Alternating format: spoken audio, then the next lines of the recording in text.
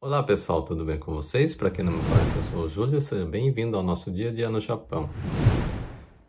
Quem está acostumado a assistir os vídeos aí sabe que eu gosto de bater um papo com vocês caminhando aí pelas ruas do Japão, né? Só que hoje já está um pouquinho tarde, 2h30 da manhã aqui, né? Então não deu para mim fazer a caminhada, eu tive uns contratempos aí com o ar-condicionado aqui em casa, então eu não saí para caminhar, então vou tentar gravar um vídeo aqui em casa mesmo, né? Eu tenho aqui uma pergunta aí do Yugi. Se eu estiver pronunciando seu nome errado, por favor me perdoe e deixe aqui nos comentários qual que é a pronúncia correta.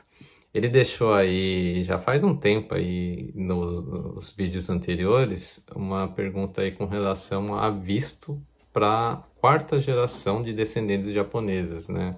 Mais conhecido como Yonsei.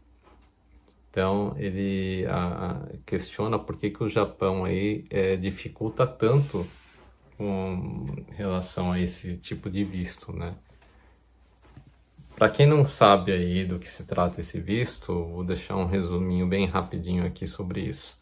Para a quarta geração aí conseguir esse tipo de visto, existia alguns requisitos, né? A idade, por exemplo, era de 18 anos até 30 anos, né?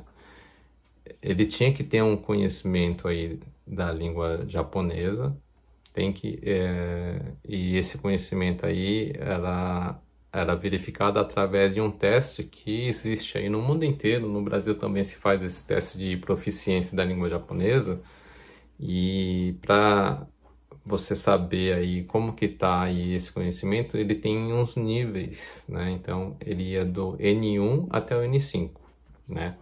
E para você poder dar entrada nesse tipo de visto, você precisaria ter pelo menos o nível básico, que seria o N5. O visto dava direito aí, se eu não me engano, aí a 5 anos de estadia no Japão, né? Nesse período de 5 anos aí a pessoa teria que estar estudando algo relacionado à cultura japonesa e também teria que ter um garantidor aqui no Japão.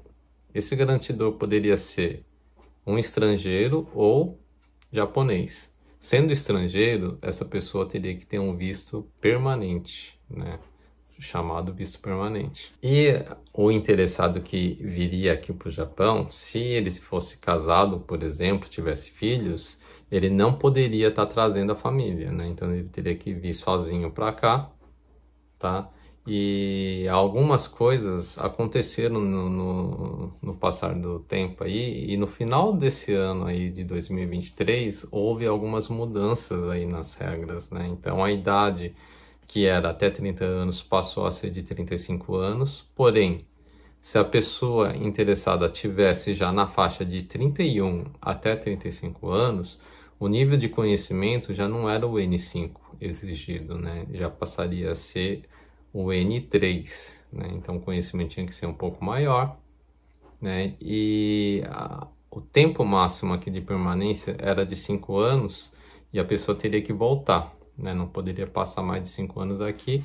E com essa nova alteração nas regras, né? Então, passados-se os 5 anos, ela pode tentar renovar esse visto e passar esse visto aí de Yonsei para um visto de longa permanência, né? Então, aí passando para um visto de longa permanência, ela já pode trazer os familiares, pode morar aqui, trabalhar e não tem mais essa obrigação de estar estudando aqui no Japão, beleza? Então, isso aí seria mais ou menos aí o visto aí para a quarta geração, seriam essas as regras aí. Então existe uma certa dificuldade para você estar conseguindo vir para cá, e justamente o Yugi estava perguntando o porquê, né, de tanta restrições assim, né, digamos assim. Eu vou responder por um achismo meu, né? Não tô falando que isso aqui é o que acontece. Então, o que eu vejo, assim, que eu andei percebendo, né? Nesse passar dos anos que eu moro aqui, a gente consegue perceber que existe alguns grupos nacionalistas aqui, né? E também dentro da política, alguns políticos também são bem conservadores. A gente vê aí em algumas notícias. naquela época onde estava sendo estudado, antes de ser liberado aí, né, divulgado essas regras aí para visto para Yonsei, então existia aí dentro do meio político aí discussões sobre isso, e essa ala mais conservadora aí era bem restrito, né, resistente à liberação ao visto. Então a gente percebe que são pessoas nacionalistas, né, e ao meu ver eles, tipo assim, o povo japonês é um povo bem fechado, né? Existem muitas tradições, né? É uma cultura bastante diferente. Existe também essa ideia aí na cultura japonesa de todo mundo trabalhar no coletivo, né? Então, essas coisas assim, essa identidade, né, dessa cultura, eu acredito que eles não essa parte conservadora ela não quer perder esse tipo de cultura, desse tipo de costumes, né? Então, ao meu ver, eles entendem que se abrir as fronteiras do Japão, né?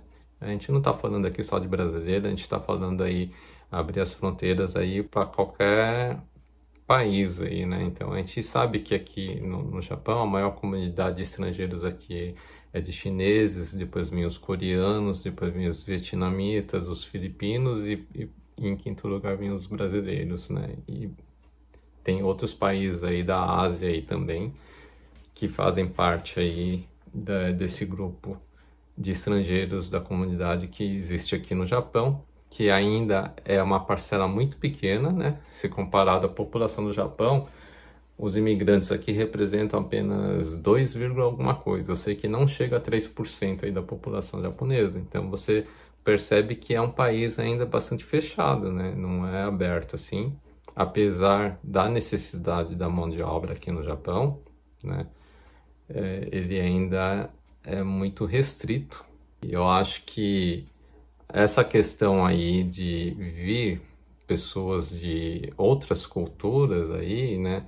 A resistência é justamente em cima disso. A gente percebe que essas pessoas que vêm de fora, por muitas vezes, elas trazem consigo os costumes das suas culturas, né? E às vezes as pessoas querem impor isso. Então, nessas experiências aí, muitas pessoas perceberam esse tipo de conflito, né, entre culturas, e eu acho que quem é muito assim nacionalista, conservador, já não tem bons olhos para a abertura das fronteiras, né? Então a questão seria mais por esse lado, pela diferença de culturas. Isso aí, volto a dizer, eu estou falando isso no achismo, né? No que eu vou colhendo aqui uma coisa daqui, outra de lá, eu acabo entendendo que é por conta disso. Aí ele no mesmo comentário ele fala sobre preconceito, né? Como que eu vejo essa parte de preconceito, se eu já sofri algum tipo de preconceito, né? Então, se você for pensar bem, esse raciocínio do pessoal que é nacionalista, ele tá bem assim paralelo com esse negócio aí de preconceito, de racismo, coisa do tipo assim, né? Eu não sei até que ponto que a gente pode levar em consideração que essa resistência aí à abertura de fronteiras pode estar relacionado com o preconceito em si, ou se é uma preocupação de perder essa identidade da cultura japonesa, né? Porque se a gente for ver países que têm aí as fronteiras abertas, você percebe que a cultura do país em si, ela vai se misturando com culturas desses imigrantes e aquelas tradições vão sumindo, né? Vão tendo mudanças aí. Então, eu não sei até que ponto que as pessoas que são mais conservadoras podem ser consideradas aí como um ato de preconceito, de discriminação, ou se é justamente esse lado que eu estou querendo dizer aí, que é em defesa da cultura, né? Que já é milenar aqui no Japão. Então é muito difícil falar sobre isso aí. Eu, por exemplo, eu moro aqui, eu já tive 2 vezes aqui no Japão, né? Na década de 90 eu tive um tempo aqui, fui pro Brasil e depois eu voltei agora em 2010 e tô até hoje aqui. Então, nesse período, nesses 2 períodos que eu estive aqui, vou ser bem sincero com vocês, é difícil você pegar e falar, eu sofri aí discriminação, eu sofri algum ato de racismo, eu não tive nada disso, né? Então é meio complicado, mas a gente percebe aí nas redes sociais, aí a gente vê exemplo aí de várias pessoas que sofreram aí, né? Discriminação aqui no Japão, né? Tem casos aí que foi até meio exagerado com agressão verbal, nada assim de agressão física, mas teve casos meio exagerados aí, que aconteceu dentro de estabelecimento comercial, na rua, no trânsito, né? Tem casos que aconteceram, mas eu acho que isso aí é algo assim que assim, no meu modo de ver, né? É uma coisa que existe em qualquer parte do mundo. No Brasil mesmo também existe esse tipo de coisa, né? E é uma minoria da população brasileira que é racista.